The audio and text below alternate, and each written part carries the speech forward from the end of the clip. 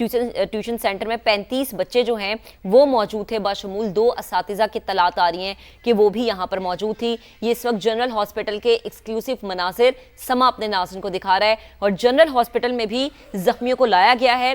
जैसे हमारा reporter Daniel Umar याकूब फहद भट्टी बता रहे थे कि जख्मियों को जनरल हॉस्पिटल भी मुंतकिल किया गया है और कुछ जख्मी ऐसे हैं जिन्हें THQ कहना मुंतकिल किया गया है। और अगर बात की जाए THQ कहना की तो वहाँ पर 19 जख्मियों को लाया गया था, जिसमें से 14 के जाँ बहक होने के इत्तलात हैं और बताया ये जा रहा है कि बाकी जो 5 बच्चे हैं उनको तिबी इमदाद दी जा रही है। जनरल हॉस्पिटल में इस वक्त वालिदैन मौजूद हैं और इस वक्त दीगर इदारों का अमला मौजूद है और कोशिश यही की जा रही है कि जल्द अज जल्द रेस्क्यू का ये मुकम्मल अमल जो है वो मुकम्मल हो और इलाके को कार्डन ऑफ कर दिया गया है। और रेस्क्यू के अमल में इस वजह से ताख़ीरी हो रही है चूँकि बच्चों के मलबे तले दबे होने की इत्तलात है, तो कोशिश ये की जा रही है कि मैनुअली ये तमाम मलबा हटाया जाए। ये इस वक्त हम आपको मनाजिर दिखा रहे हैं उस जगह के जहां पर ये अफसोसनाक वाक़या पेश आया है, जहां पर वालिदैन पे क़यामत टूटी है, जहां पे वालिदैन ने ये सोच के अपने बच्चों को भेजा था कि वो तालीम हासिल करने जा रहे हैं, लेकिन किसी को ये नहीं पता था कि उनका लख्ते जिगर जिंदा वापस नहीं लौटेगा। जो बच्चे बच गए हैं उनकी ज़िंदगी की दुआ करते हैं और जो बच्चे इस दुनिया से चले गए हैं उनके वालिदैन के गम को हम अल्फाजों में बयान नहीं कर सकते। इस वक्त यहाँ पर मुख्तलिफ इदारों का अमला मौजूद है और यही कोशिश की जा रही है कि जो मलबा है उसको मैनुअली हटाया जाए, कि वो नन्ही जानें जो इस मलबे तले दबी हैं वो बाहिफाजत निकाल ली जाएं। और जो यहाँ पर इस वक्त पुलिस है, रेस्क्यू 1122 है, वो यहाँ पर मौजूद है और कोशिश यही कर रही है कि इस मलबे को हटाया जाए। और समा पर इस वक्त आप ये एक्सक्लूसिव मनाजिर देख रहे हैं, ये जाए वकुआ के मनाजिर है। ये कहना का वो इलाका है जो कि मेन फिरोजपुर रोड पर वाक़े है और यहाँ पर वो छत गिरी है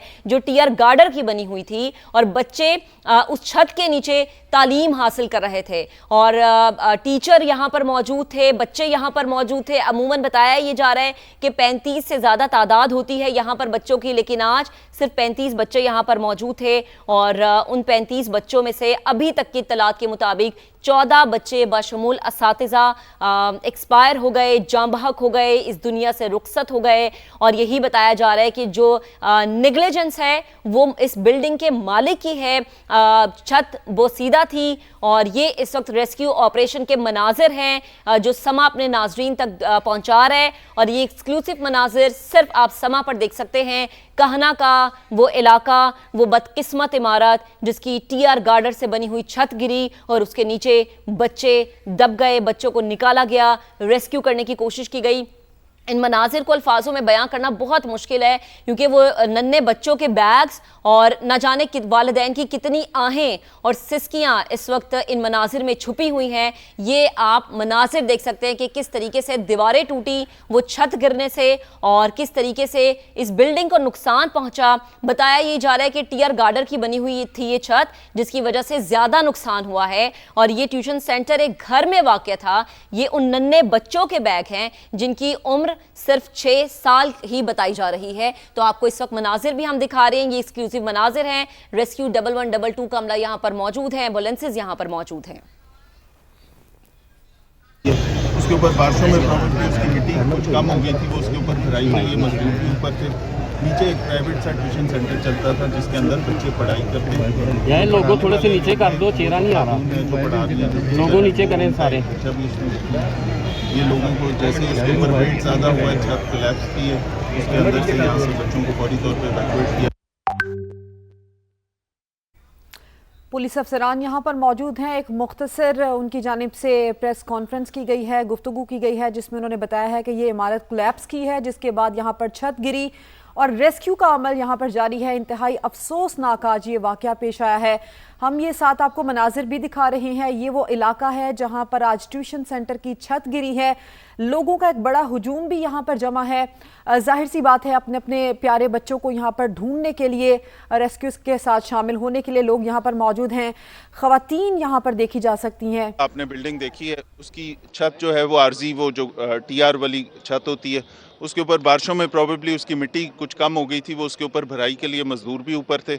नीचे एक प्राइवेट सा ट्यूशन सेंटर चलता था जिसके अंदर बच्चे पढ़ाई करते हैं। जो पढ़ाने वाले लोग हैं, वो जो खातून हैं जो पढ़ा रही हैं, जो टीचर हैं, वो उनका एक बच्चा भी उसमें ज़ख्मी है। ये लोगों को जैसे ही उसके ऊपर वेट ज़्यादा हुआ है, छत कोलैप्स की है, उसके अंदर से यहाँ से बच्चों को फौरी तौर पे इवैक्यूएट किया गया, वहाँ पहुँचाया है।